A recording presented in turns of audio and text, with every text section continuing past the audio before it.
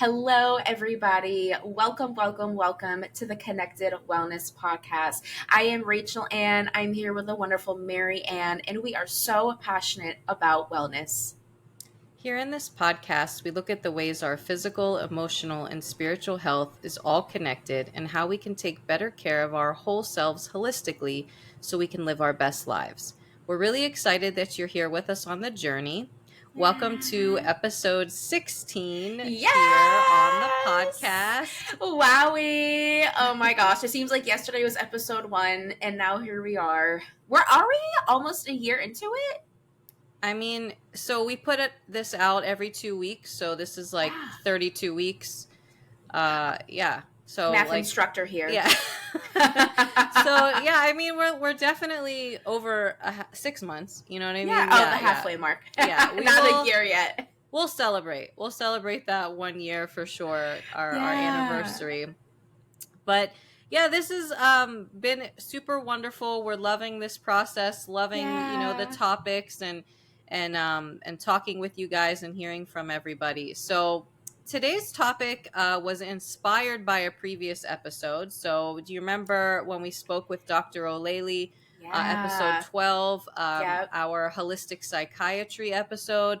And he talked to us about the 8 dimensions of wellness, which kind of expanded us from our 3 dimensions that we usually focus on, right? Physical, spiritual, and emotional.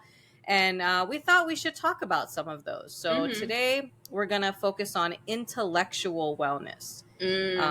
So yeah, I'm excited about that. Let's get our brains involved and think about what is happening here intellectually. Yeah, but let's start with some wellness wins. Do you want to go first? Absolutely, yes. I'm excited to talk about intellectual wellness. I feel like that was one that I was really surprised about a lot. So I'm excited to hop into it. But anyways, going back on track with wellness wins. So my wellness win is more in the spiritual health dimension, where a few weeks ago I was able to go to a Christian women's conference here in New York City. And I've been to a lot of conferences in my Christian walk, and this one was so different. It was so it was mental health friendly. It was trauma informed. It was just so genuine and intentional, and it felt like, I don't know, it just felt easy in the sense that I didn't have to put a mask on or present a certain self to impress people. It was very casual, but still, but you still wanted to be there and you still took it seriously. And it had really beautiful worship in different languages. Oh, wow.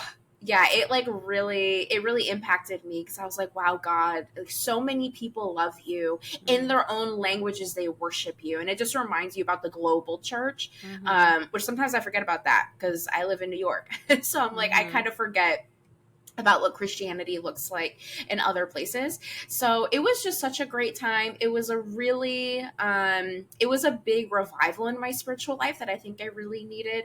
And I did a lot of crying. I was basically crying from Thursday to Saturday, just being touched in worship or really just feeling that closeness with the Lord. And so it was just beautiful. It was really, really beautiful. So it was a few weeks ago, but I'm still feeling I think I'm still feeling the effects from it. And I find that my spiritual time, my devotional time, my time with the Lord now, it's still different than how it was before. And I'm glad. I think I needed to shake it up. So yeah, that's so wonderful. Win. And I love that you said you're still feeling the impact. That means it was truly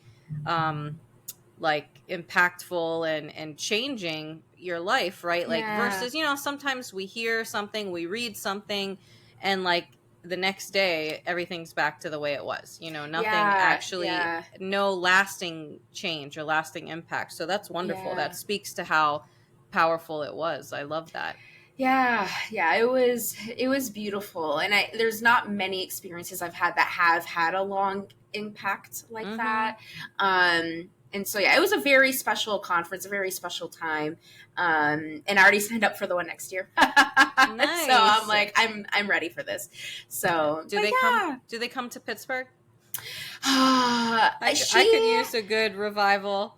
Well, that just means you'll have to come to New York. But I could see she actually, the person who hosts it, she has her own ministry, and she's not like associated with a church or anything. She literally just has a business and it's a ministry. She puts on conferences, retreats, and she focuses on Christian women. But she does travel a lot for speaking gigs. So if she does end up in Pittsburgh, I will let you know. But I do think this is a sign from God that you should come to New York.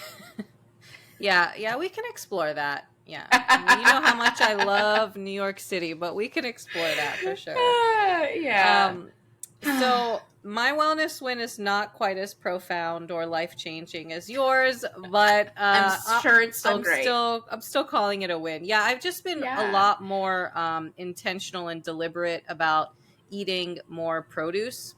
And that means like, because produce is hard. Like if you don't buy it, or you buy it and you buy too much and then you don't eat it and then you have to throw it away, and like I hate having to throw things away, so usually I would buy less because I don't want to throw things away. But now I'm being like super intentional and like paying attention and buying it and prepping it and eating it, different kinds of produce, and like trying some new fun combinations of salads that actually make me excited to eat a salad, like putting strawberries and pistachios in a salad. Wow.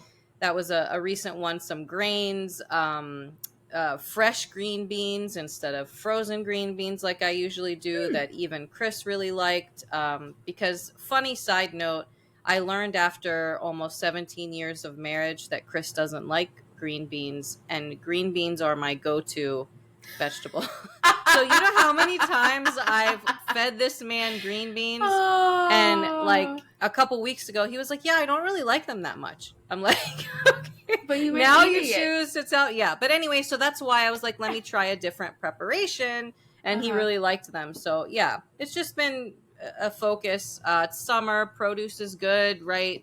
You want fresh things in the summer, so that's been my win recently. Oh, that's a great win. I feel you. Throwing away food, I don't know. I have to check the temperature in my fridge because I'm like, why are you already going bad? It's been 2 seconds, so I need to learn the time length of things. I think that's hysterical that your husband hasn't been liking it, but is like, that's fine. Like literally, like so many years, I'm like, why'd you never mention that? Like I can't tell you the number of like steamable green bean bags we've eaten in the past almost 17 years, and now it's fine. It's all good. He's too nice. That's the problem. But well, that's an awesome wellness win. Go you, Marianne. Thank you. So, okay, we will from spiritual and physical, right? Like your wellness win, my wellness win. Now we want to focus on intellectual wellness. Well, do you think it would be helpful to pop quiz ourselves on what are the 8 dimensions? Just to remind everybody. Sure. Do you want to start or do you want me to try? Let's see. I think I have them. Okay, like physical. Yep. Right? Spiritual. Yep. Emotional / mental, right? Intellectual, which we're going to talk about today. Do you got any? Financial, great. 3 more. Vocational. I think occupational. Occupational, right? Vocational, yeah. 2 more. Did we say financial? You did. Social. Yeah. Social and environmental. Environmental. I'm so sorry. Like, environment. Okay. No, but like environmental, like, your space around you. Your home, which I think that would be a good one to talk about in the future too. But so intellectual wellness, one of the 8 dimensions, probably one a lot of us don't think about often, right? Especially because compared with things like our physical wellness and our emotional wellness, it just doesn't seem as important, like as high of a priority. But I think it can have a big impact, and sometimes we can just make some small little changes or small little tweaks that could have a big impact. So maybe, Rachel Ann, can you define what is intellectual wellness for us?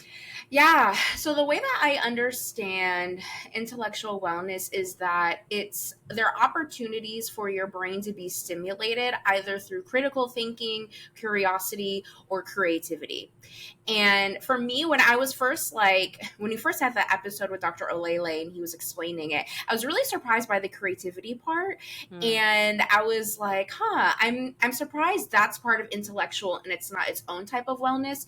But after thinking about it, I was like, oh, being creative is definitely a process that your brain is really, really mm, working and doing things. We have the right side of our brain, the left side of our brain. One is more logical, the other one is more of the artistic, creative one, and that's still considered intellectual. And I was like, Rachel, why are you surprised that creativity is part of this? And I was like, oh, because I think in our culture and probably different cultures as well, creativity isn't like seen as the same type of like prestige as like other types of intellect or like academia.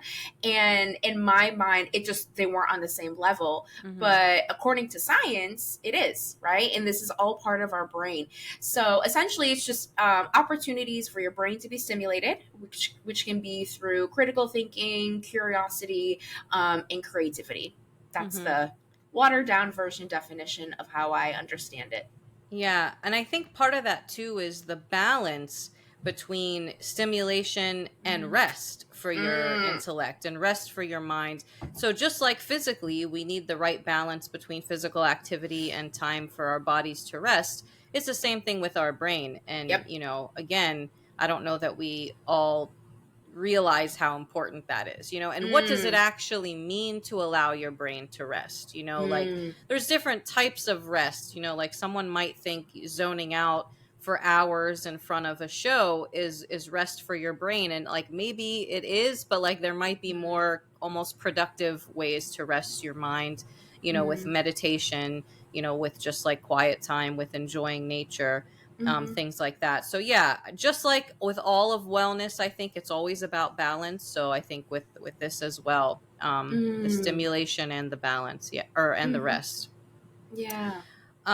So wait, what you said about creativity is interesting because I kind of agree with you that I didn't ever think it was as important, but I'm wondering if that's just our immediate community, because I Mm. know a lot of Coptic Egyptian people now whose parents, grandparents are in the arts. Like, oh, my mom Mm. is an artist, Wow. or my grandpa was an artist, or this, and I'm like, oh my gosh, that is so cool because I've never heard of anyone. We always joke around, everybody is a doctor, a pharmacist, a lawyer, an engineer. So I find that amazing and fascinating and so interesting. But yeah, creativity does not have to be productive, right? Mm. Like I think that's a big thing, like just to be able to use your mind in ways that you don't usually use it, to Mm. explore, what you find interesting, maybe some of your skills, like you might not know you're really good at painting or sculpting or knitting or whatever it is until you try it, but to explore those different parts of your brain, for me, I personally love that. I'm Yeah. always like so surprised when I give myself a chance to be creative. Yeah, I love that. I think you're right in terms of like in the immediate circles. Because I forgot what, if I think of the Instagram, I'll link it below, but there's an Instagram that talks about the history of Coptic people. And they spend a lot of the time talking about different artistic ventures that Hmm. different Coptic people have been on. And I was like, I like never knew this was a thing. And so I think you're right. It's definitely in different vicinities. And there's a friend of mine, she's Egyptian and she's Christian, and she actually lives in Egypt. And she's really artistic. And she posted a piece of her artwork. And I was like, this is so amazing. Hmm. I've always been really shy to explore my creativity. And she was like, I know, me too. But once I just kind of went for it Hmm. myself, it's been really great. And I found other people in our culture who really like it too. And I was like, oh, that's really awesome. So it's definitely there. And so I chuckled when I was learning about this definition of intellectual wellness. And you mentioned something about productivity productivity, which I love, which is, I think we have this idea that productivity means we do have to produce something. There has to be like a tangible like thing, you know, like, okay, I have this tangible phone here to Mhm. prove that I did XYZ. But really, productivity looks like you feeling a sense of fulfillment Mhm. in completing that thing. So rest is very productive. Mhm.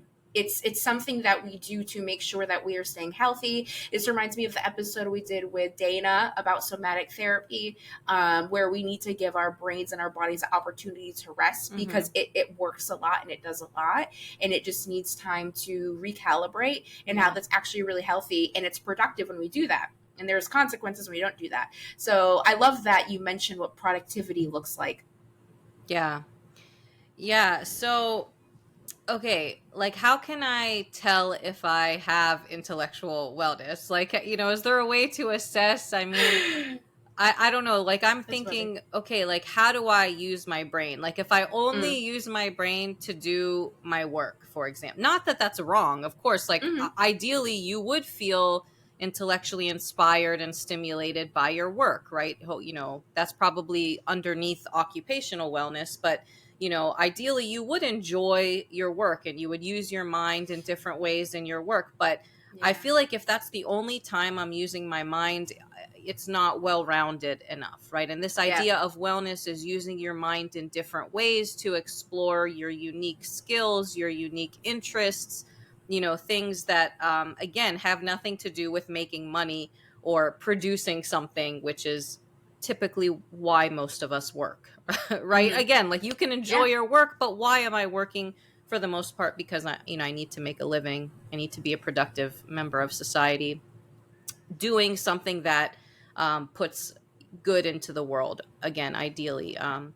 But yeah, so for me, that's kind of what I think of. Like, what else do I do? How else do I use my mind besides my work? I don't know if that's a Yeah. good way to gauge it, or what do you think?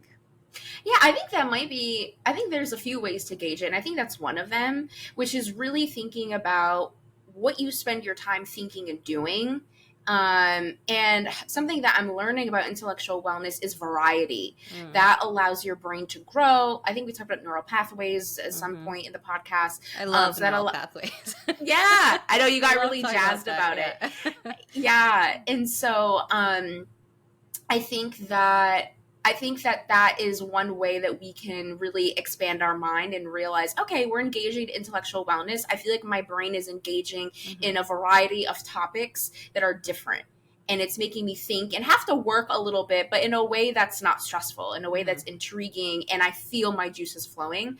I think another way, for me personally, um, there's times where I just feel like my brain is just mushy. I don't know like a very eloquent way to describe it. It just feels like mushy or a little bit stale. Sometimes like Hmm. brain fog, Hmm. but not related to COVID type of brain fog. And I'm like, oh, my brain hasn't been stimulated recently. And if I look at my schedule, I usually am able to realize, oh, it's because I haven't spent time reading or I haven't spent time doing something artistic, or I'm able to figure out what is the issue that's causing it. Hmm. But for me, when my brain feels mushy, and my brain tells me right away, it does not wait to tell me, like, hey, there's some things that we need to do to be stimulated because I'm bored and I don't want to be bored anymore. Hmm. So for me, that's been the top indicator that I know that I need to do something in the area of intellectual wellness. Yeah, I kind of think about it as like the diet that you feed your mind, right? So, like, Mm, imagine if all I ever ate was bananas. I mean, I love bananas, but like, if that's all I ate for every meal every day, my body is not going to be properly nourished. I'm yeah. missing all kinds of vitamins and minerals and, protein and whatever. So, it's kind of the same thing. If I'm using my mind for the same thing, every day, day after day after day, and I'm not using these other parts of my intellect, then something's going to feel off. Like you said, Yeah. mushy brain is an interesting symptom. I don't think I've heard that before, but I think that works. You also use the word stale, and that I Mm, feel like I can relate to. Like you just feel like, mm, like almost like it gets tired and you like want, just like again, it's so related. Your body, like if you've been on a long mm. flight, and you haven't moved for 4 or 5 hours, like, don't you just like want to get up and like jump up and down, Yeah. stretch your body? Like, I feel like it's the same thing, with your mind. So yeah, variety, I think that's huge. So just Mm, thinking about, what do you spend your time thinking about? And again, our problem now and our generation, there's so much media to consume, mhm. that's a lot of the time how we spend our leisure time, our off work or study time, Yeah. which is probably not the best and most intellectually stimulating of activities. So that is something to think about, kind of take inventory of how you're using Mm, your time. So you mentioned mhm. reading. What else do you think is a good way to stimulate this intellectual Mhm. wellness? Yeah, when I was first learning about this concept, I was like, "Oh crap! It sounds like I have to like learn a new language." And then I remember what Dr. Olele said was like, "It's not just learning a whole new language. There's other ways that you can go about it." And for me in my life, because I am very bad at learning languages, so that's not the way that I do this. It looks more like practicing things that are different, that encourage me to get out of my comfort zone, because Mm, that requires my brain to like be thinking a little bit more. So it could be something creative.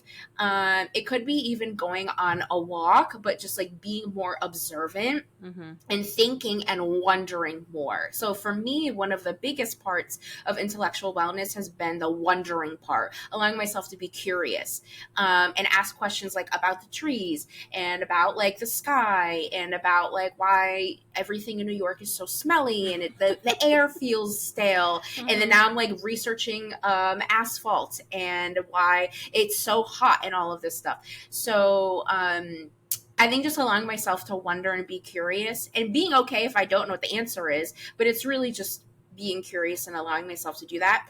The other part is a creative part. I'm not very good at this. People say that I'm creative and I just laugh because I don't see it. And I'm not mad at myself about it. I'm like, it is what it is. I'm just not that creative. But I would love to grow in that area. I used to love photography and it mm, was really cool. But when I tried to like get into it more, I got lost in the sauce a little bit. I think I got lost in like the technicalities and it, mm. it became less fun for me. So maybe it's going back to photography. Um, Brandon, my husband, thinks that I sing well sometimes, which is hysterical Aw. because if you know me, no, I don't sing very well. But I think and he doesn't just say things to be kind. Like yes, he says kind things, but he says it because he means it. He's like, no, I think you sing well. So I'm like, that's funny. So maybe one day I'll be a Mariah Carey. But I say all that to say, those are some things that I would think about in the creative realm that are like just more artistic and being able to use my hands and experiencing art a little bit Mm-hmm. more. Mm-hmm. Um, you just said use my hands, and I actually just heard something, that there are studies that show that when we create something with our hands, like, all kinds of wonderful things happen in our brain. There's like a reward response, like, because you did something with your hands and you got something out of it. So anything, I for me, that would be baking, cooking, knitting, Mm, sculpting, pottery, like painting, anything where you start with nothing and you end up with something hopefully beautiful or useful or delicious or whatever it mm, is.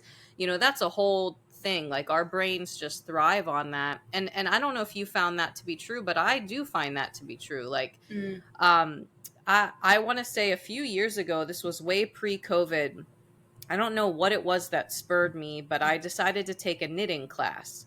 And I mm. had learned to Cool. knit many years ago. One of my colleagues, I used to work in a call center a long time ago. And so one of my colleagues would sit and knit. And when we had some off time, she taught me how to do it. And so, like, I knitted some scarves. Everybody got scarves for Christmas that year that she taught me that. And then I forgot about it for many, many years. But it had always been there. So saw a class at a local art center here, and I was like, yeah, I'm going to take this class. And it was, I don't know what it was, but like, going from doing math all day long at work, and then, Mm, switching over to this creative time, mm-hmm. again, creating something with my hands. it was so satisfying. There was just like something about it. It was so nice to use my brain for something else. Now, I've Yeah. always been a reader, and I think everybody knows that. You just have to look behind me. So reading has always been, I guess, a part of my intellectual wellness, but having these other, outlets. So knitting has been a big one for me. And then last year, like, I decided to take a creative writing class. Like, talk about Yeah. going out of your comfort zone. Like you Yeah, said. you are doing such a good job of doing that. Yeah, I've been doing that a lot lately, but yeah, and I highly recommend it. Highly Yeah. recommend. And I loved it. I mean, again, it was so different. I hadn't had to write anything since, college, right? Which is a long time ago, believe it or not. So it was just so different. But again, I loved being able to, use my mind in ways that I don't use it regularly. So Mhm. yeah, but there's so many things out there, like any kind of art imaginable. And here's the thing too, Rachel, we don't have to be good at it. Like you said, you got lost in the sauce with the technicalities of photography. Well, forget about all that crap. If you just like to take pictures of pretty Yeah. things, go take pictures of pretty things. Like, you don't have to use all the features and the filters and the Yeah. editing, or you know what I mean? Like, if that's how you express yourself, and that's it. Like, you don't have to be good at it. Like, Yeah. even if you're not gonna be Mariah Carey, but you enjoy singing, go ahead and sing, right? Like, we know at least Brandon will enjoy it. So like that. Yeah. Yeah, but I think that's really important. If we stick to only doing things that we are Mm. good at, we're not going to get out of our comfort zone. Mm. We're going to leave so many things unexplored because we're not instantly, the best at it. And I made Mhm. that mistake a lot, like, to be honest. Yeah. Same. I think there's a lot of pressure, especially, yes, like culturally, but also for people who have gone through formal education of like high school and then college and then grad school for people like you and me. There's always been this idea that you do something to receive a grade and that will tell you how you need to move forward in that thing. Like, that is your assessment. That's the purpose of why you are writing the paper or the test or whatever. The purpose is for the grade. The purpose is not necessarily for the enjoyment of learning. I think that tends to happen when we are engaging in subjects we're interested in, but sometimes it gets lost in the sauce for people who have been through many years of education. And a thing that I love about what you said is it kind of gives this, what's the feeling I'm getting? It gives this like freeing feeling of like, just wonder and explore, see what you like, see what you don't like. I've never in a million years thought about knitting. And while you were talking about it, I was like, huh, Rachel, why haven't you thought about knitting? And I was like, I don't know. I don't know many people who knit. I don't know where's the nearest Michael's in New York City. There was something I have to order online. Like, I was really thinking about what prevents me from being able to do that. And I think that's part of the beauty that does boost your brain stimulation, is allowing yourself to wonder why and having the freedom to dream and to explore and to discover these things. Yeah. There's so many benefits too. Like, even a benefit is meeting new people, right? Like, if you do take a class, or you don't even have to do something that costs money. Like, you guys have meetups, I'm sure, in New York, way more than we have here. But yeah, like, if there's something you're interested in, book clubs, going to the museum together, hiking, knitting, cooking, whatever it is, like, you could meet a group of like-minded people. So that's another benefit that can impact your social wellness, perhaps as well. It's just, yeah, I feel like nothing is bad about trying new things. If you just like give yourself some patience and grace. Like, okay, maybe you try knitting and you're horrible at it. Like, just, you cannot, knit a straight line to save your life. Okay, that's fine. You tried it. Like, try something else. You know what I mean? Like, I think that's the beauty of this. Like, you're not doing it for any purpose except to expand your horizons, to explore what you love. It's great introspection too. Like, what am I interested in? That's actually being very kind to yourself. What do I care about? Yeah. Yeah, and I think we deserve opportunities to wonder and explore ourselves in these ways. And I think for me, that's something that I had to unlearn. I had to unlearn the pressure that I only do things that produce something tangible. Mm-hmm. I only spend my time or my money on things that are worth it. To me, if I'm interested in knitting, then that means that I'm worth it, like that it's worth it. If Mm-hmm. I'm really bad at knitting, but I think it's fun and I enjoy it and it doesn't hurt my hand, I should be able to do it. Like it's Mm-hmm. still worth it. If I don't find Definitely. it to be enjoyable, then it is not worth it. So I think for me, I was able to unlearn who determines what that thing, who determines what is worth it. I'm the one that determines that. And then as a Christian, I talk to God about it, and Mm-hmm. I'm like, hey, God, am I like bugging, or is this like cool? What do you have to say about hobbies and introspection and creativity? God is one of the most God is probably the most creative entity because he is Mm-hmm. the creator, right? So Mm-hmm. by essence he is creative. So I love the freedom to be able to decide what is worth your time, and since you decide it's worth the time, it's worth it, period. Yeah. Yeah, that's huge. Like, I think I just read this somewhere. It was about health in general, but like if you say something is too expensive, like again, say going to therapy is too expensive, right? If you reframe that as saying my health is not worth the investment, that's a different, you know what I Mm, mean? That's such a different way of framing it. So kind of the mhm, same thing, not that knitting is expensive at all, but if you're thinking about whatever expense would be required for some hobby that you want to try, like if you reframe that as saying, well, my wellness, is worth the investment. Yeah, most of us, mhm, I think, would agree with that if it's a reasonable investment. mm. But Rachel, I can send you some knitting needles and some yarn. You don't have to pay anything. YouTube has so many free, instructional videos. If you're really curious about it, I got you. You can try it for free, okay? I appreciate it. Thank you, Of Mary. course. Of course. But yeah, I mean, what about the rest part of this, though? So everything Mm. we're talking about is stimulate, stimulate, stimulate, all the different parts of your brain. Where does rest come into play? Hmm. Well, if your brain is so stimulated, it needs to rest. And I think you mentioned earlier about how some people view rest as just like watching a lot of Netflix. I think what's helpful to distinguish is what is relaxation and what is rest. Sometimes we just need to relax, meaning we just need to like decompress, exhale. We're not trying to like get anything. We're not trying to like learn or be engaged or intellectually stimulated by something. We're just trying to chill out because we just had a day of work and we're about to eat dinner, right? So relaxing with TV or, a movie or something like that versus something like rest. Rest is restorative, and it's restorative because there's things that you are doing to give your mind, your body, your soul the nourishment that it needs. So if you are tired, the rest that you need is the nap, and that's what gives you the fuel. If you are spiritually, for me, this was the case for a while, which was why the conference was so great. If you're spiritually just not in a strong place, or if you're spiritually dry, then doing something that can revive your spiritual life is what can give you that rest that you need, right? So that's how I try to look at rest. There's definitely some hard days where I'm like, I have, like, for example, I'm working on something for a contract that I have that's due soon. And I'm like, oh, Rachel, you have to sit in front of the computer. You have to finish it, like, rah, rah, rah. And I'm like, okay, but remember, we need to rest. We need to eat.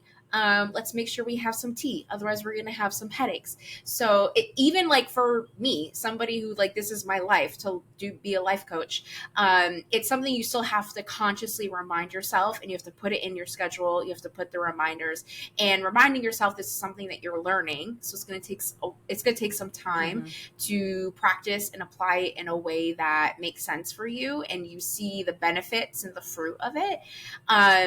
But yeah, there is this. What is the instant? My memory is so trash today. I'm so sorry. There's this Instagram, I think it's called Nap Ministry or the Ministry of Napping, something like that. Mm-hmm. And they basically talk about how napping is one of the most incredible ways to honor God and also honor the body that He has given you, the mind that He's given you, all of that. And her whole thing is like rest is productive, Mm-hmm. and this is something that we deserve, and we need to change our schedules to allocate time for this thing, because it is that impactful in our lives. It is that necessary in our lives. So it's hard, y'all. Rest is really hard. How is rest for you in your life? Well, I am not honoring God by napping at all because I am incapable of napping. I don't know if we've talked about this before, but yeah, it just like does not. My brain's like, nope. Sleeping is at Mm, night. That's the only time I'm going to sleep. But, there's still something to be said for deliberate rest. mm, For me, that would mean like nothing, not being stimulated by, shows or movies or social media or whatever, like almost like a mini meditation. mm, Taking some deep breaths. And I actually did just read that studies show that, people who have insomnia, it's really frustrating to lay there and stare at the ceiling. Like it is. I mm-hmm, know I've experienced that before, but they do say that gives our bodies and our minds more rest than if we got up and did something else. So, like, mm-hmm. even if you can't nap, but you feel like you need to rest, just lay down. Even if you don't Yeah. sleep, just lay down. Give yourself 15 minutes of doing nothing and not thinking about. That's the hardest part for me, not thinking about anything, but at least not Mm, looking at, your phone or whatever. I think that can be mm. really helpful. But I don't know if I told you this before, there's a t shirt that says, Jesus napped. Be like Jesus. I love that so Yeah. much. Yes. Yes. Chris is always telling me, that I need to learn how to nap. And he's like, I will be your teacher because he loves to nap, but it hasn't happened. Yeah. Well, and I think there's multiple ways to rest, which Mhm. you identified a bunch of them. For some people, napping is it. Similarly to you, I usually can't nap. If I do nap, it ends up being like an hour or so, and then it messes up my sleep Mhm. cycle. So I try not to. But if there's just some days where I'm like, I am just maybe didn't sleep well the night before, and I'm not able to do what I need to do, it's like, all right, I'm taking a nap. And if Jesus was able to nap, the Son of God was like, I'm going to go nap. If that's something he felt that he needed to do, Mhm. I have a hunch that us humans who are not the Son of God Mhm. will probably need to find ways to rest as well. I mean, I'm definitely not more important or busier than Jesus. That's not my issue, but I have not achieved his, um, mental calm that would Mm, allow, his unconditional surrender to the Father, right? That allows him to rest. You know what I mean? I think that's the mm, problem with our brain. This is a whole other topic, but that unconditional trust and surrender is what gives you peace of mind, right? That you don't have to think that's about true. things. So that's my problem. Why I can't turn off my brain as much as I'd like. And when I say turn off my brain, you know what I mean, like the stream of Yeah. thoughts. Never ever want to turn it off. That would be pretty bad. We we kind of need it, right? Yeah. Um Yeah. That's a really good point. Huh. I'm like, do I want to go down the side street I of what mean, you just mentioned? you can. Or do I want it makes me think about I don't know. Sometimes I feel like there's more. Okay, Rachel, how do you want to say this? I believe in the Bible and I believe it is true. Sometimes I wonder if there is more of the human experience that was not written about in the Bible that people experience. Because I definitely think Jesus, absolutely, he surrendered all the time. He was like, he knew what he had to do. But we also know that he struggled with what he was called to Mhm. do. And I'm like, I don't know if he was so restful when he was like pleading out to the Mhm. Father and saying, like, Lord, not my will, but yours, Mhm. and I feel like there's an emotionality that Jesus had that sometimes we forget as Christians, but that's kind of I want to say this carefully. I think that's one of the big reasons why Jesus is so important for us as Christians, because God is saying, I love you so much. I'm going to send you a human being who is my son, who's fully man and is fully God. And he's going to have all of these human Mhm. experiences so he can understand. Mhm. So when we feel sad, hungry, betrayed, when we feel tempted to like do things that we know we shouldn't want to do. God can understand that because we have Jesus interceding for us, right? And he's saying, yeah, God, I know what it's like to be betrayed. It really sucks. So, I'm speaking on behalf of this person who loves you and is dedicating their life to you. So I don't know. I think that's also why Jesus needed to nap, because he was like, I'm a human. You're asking me to do a lot, God. Yeah. I'm going to go nap. And I'm tired. I'm going to pray and I'm going to really wrestle this out with you. And I trust you and I love you. And I'm still really just trying to figure all of this out. So Jesus being the Son of God, absolutely so incredible. And we are obviously so grateful for the gift of life that he has given us. And I think there's a human aspect to him that we can relate to. And I'm grateful for that, because that makes me feel like God cares about me even more. So much so that he wanted, his son to come down. So that's my little spiel. Hopefully I didn't say anything theologically incorrect. My husband will tell me when he watches this.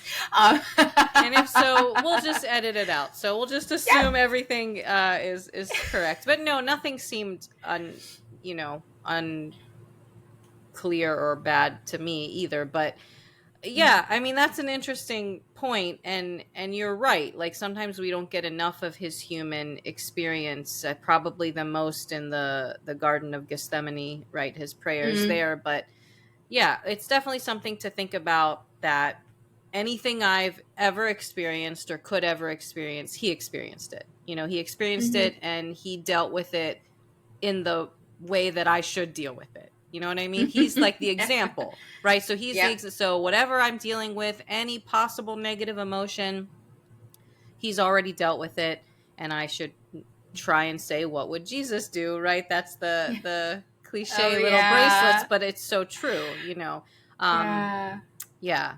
Did we talk about this here? What would Jesus do? No, I think this was somewhere else. What would Jesus do if he were me? Have you ever heard that little added? This is again, what a tangent, but that's okay. It's a good one. So it's sometimes hard to think, what would Jesus do? Because again, Jesus is perfection. Yes, he's a human being, but he is perfect. He's perfect and sinless. And I know, we know that. And I cannot be sinless. It's not possible. So sometimes it's hard for me to think, can I do the thing that Jesus did? Jesus did miracles. No, I can't. Like, I don't think I can do that. Of course I can if God wanted me to, but that's just probably not part of my experience. But if I kind of tweak it around and say, okay, what would Jesus do if he were me? A married woman living in 2023, a teacher, a tutor, dealing with this and this challenge, dealing with social media, dealing with, my family concerns, my friends concerns, my money concerns, whatever it is. Like, doesn't that kind of tweak things around a little bit?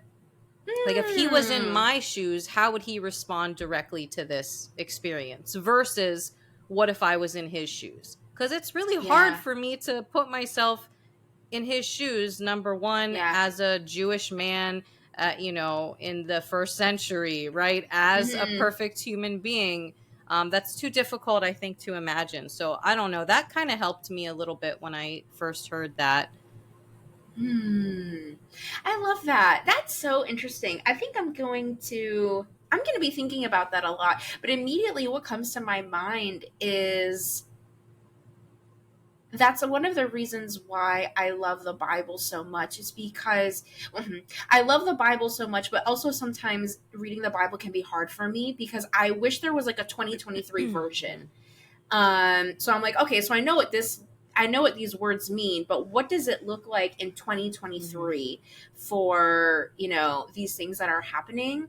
And I think some of the struggles that I have is like, okay, like, Jesus, what would you do in this situation? I know what you would do in a very similar situation that happened many, many years ago. But what does that translate to now? Does it translate to this? And then I think what also complicates it even more, because now we're just really in this rabbit hole. What can complicate it even more is who's impacting the way that I understand God.